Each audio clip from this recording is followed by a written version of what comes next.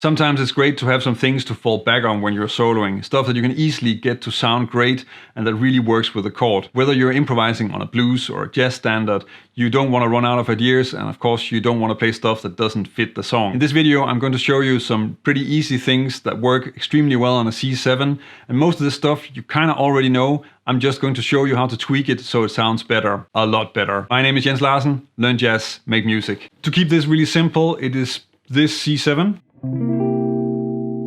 and then this scale around it. You probably already know this way of adding chromatic enclosures around chord tones, where if we aim for this C, so the root of the chord, then you first take a diatonic note above, in this case a D, and then a chromatic note below, which then becomes a B here. And this is something that's pretty common. You'll hear Joe Pass and Stan Getz use this very often.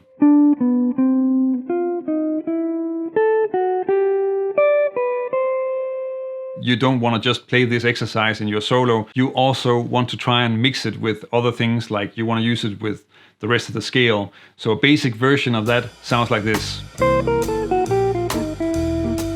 Here I have the enclosure around the 5th G and around the 3rd E.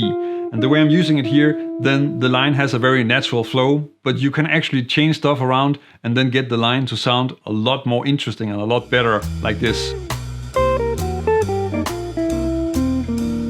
The trick here is that the entire lick is descending. So when I want to use the enclosures, then I don't want to have those be descending as well. I make those ascending, because then they're sort of just shifting the direction of the melody, and that just is surprising to listen to and makes the line pop a lot better.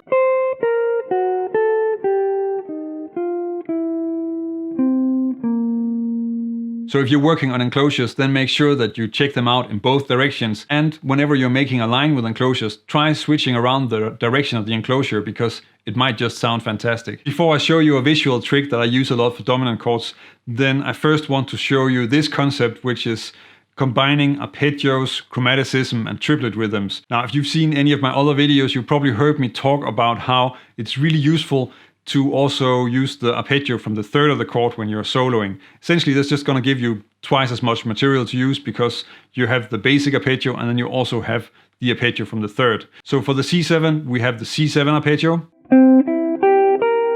and the 3rd is E, and the arpeggio there is an E half diminished, so we have that arpeggio as well.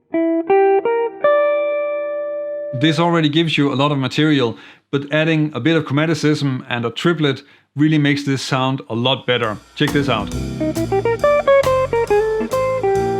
So the way you create a line like this is that you add a leading note before the first note in the arpeggio. So in this case, that's a D sharp into E. Then you play the arpeggio as a triplet, and when you hit the top note of the arpeggio, then you add some more chromaticism in a descending melody. And in that way, you're sort of really creating a lot of movement, and you're also changing direction in the melody to keep it interesting. And as you can hear, this works great for E half diminished, but actually you can also put it to use on C7. As you can tell from this example, and actually it will come back in later examples as well, it is extremely useful to know the diatonic arpeggios of the scale that you're using. If you want to check out more about that, then check out this video that I'm linking to in the description, called The Most Important Scale Exercise in Jazz, because that's going to tell you how to start working on this and also give you a lot of suggestions on how to use it. Here I'm using two visual patterns on the neck. The first one is this one, that you probably recognize as being the top part of this C713.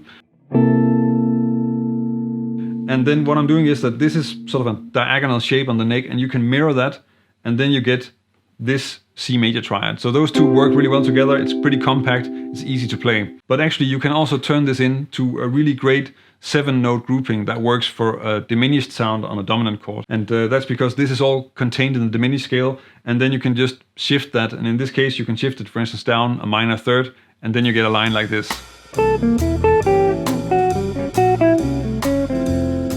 So here I'm really just repeating that basic melody, and then that creates groups of 7 notes, and then I'm resolving that to an F major 7. Let's check out another arpeggio that sounds really great on a C7.